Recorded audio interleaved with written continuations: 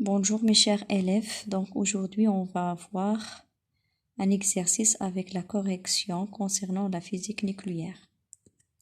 Donc l'énoncé d'exercice, la désintégration du noyau du cobalt 60 donne un noyau de nickel 60 et une particule X. Voilà les données.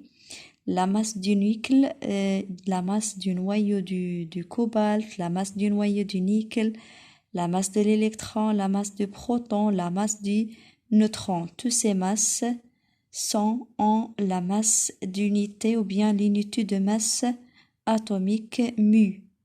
Donc l'énergie de liaison par nucléon du noyau, noyau nickel 56 est égale à 8,64 mégaélectronvolts par nucléon et avec un U ou bien un mu est égal à 931,5 mégaélectronvolts par C au carré.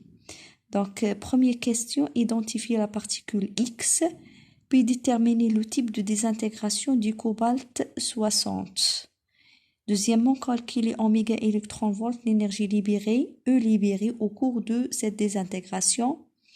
Troisièmement, déterminer en mégaélectronvolts par nucléon l'énergie de liaison par nucléon psi du noyau nickel 60, puis déduire parmi les deux noyaux nickel 60 et nickel 56, lequel est le plus stable. Donc, on passe aux réponses. Donc, premièrement, détermination de la particule X et le type de désintégration. Donc, l'équation de désintégration du cobalt donne le nickel plus une particule X. Donc, par l'utilisation du loi du Saudet, c'est-à-dire la loi de conservation du nombre du nucléon A, et le nombre Z ou bien le numéro atomique, le numéro atomique Z est égal à 27. Donc, on trouve que la particule X, ce n'est qu'un électron. On le symbolise par E 0-1. Donc, le type de radioactivité est β-. Deuxièmement, calcul de l'énergie libérée en mégaélectronvolts. Donc, l'énergie libérée est égale avec la somme ou bien la valeur absolue delta E est égale la différence entre les masses des produits moins la masse des réactifs fois C au carré.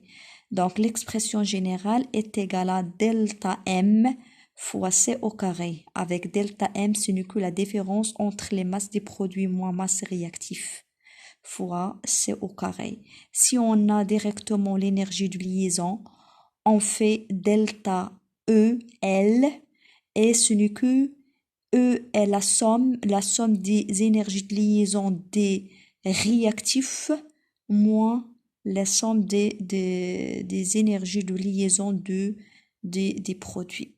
D'accord? Donc ici, on a les masses. Donc, on fait le calcul et on trouve que l'énergie E libérée est égale à 2,82 mégaélectronvolts. D'accord? Bien sûr, on a ici les masses en unité atomique mu.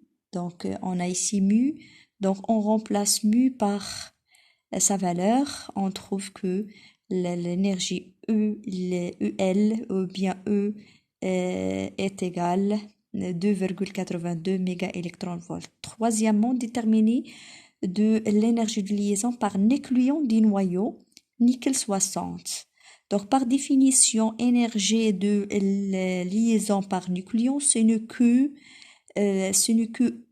E ou L, l'énergie de liaison, sur le nombre de nucléons A. Donc, ce n'est que EL sur A. On a A, ce n'est que le 60, et l'énergie de liaison de la masse de nickel, donc est égale ZMB plus N, le nombre de neutrons, fois la masse du neutron, moins la masse du noyau X. Le noyau qu'on a, c'est le nickel. Donc, on a déjà aux énoncés, on a la masse du proton, la masse du neutron, on a aussi la masse du nickel et on a C au carré. Donc, on remplace. Donc, ici, les masses sont en U. Donc, on remplace, on trouve la valeur de 8,78 mégaélectronvolts par nucléon. Donc, la question, c'est que laquelle de ces deux molécules est stable. Donc, pour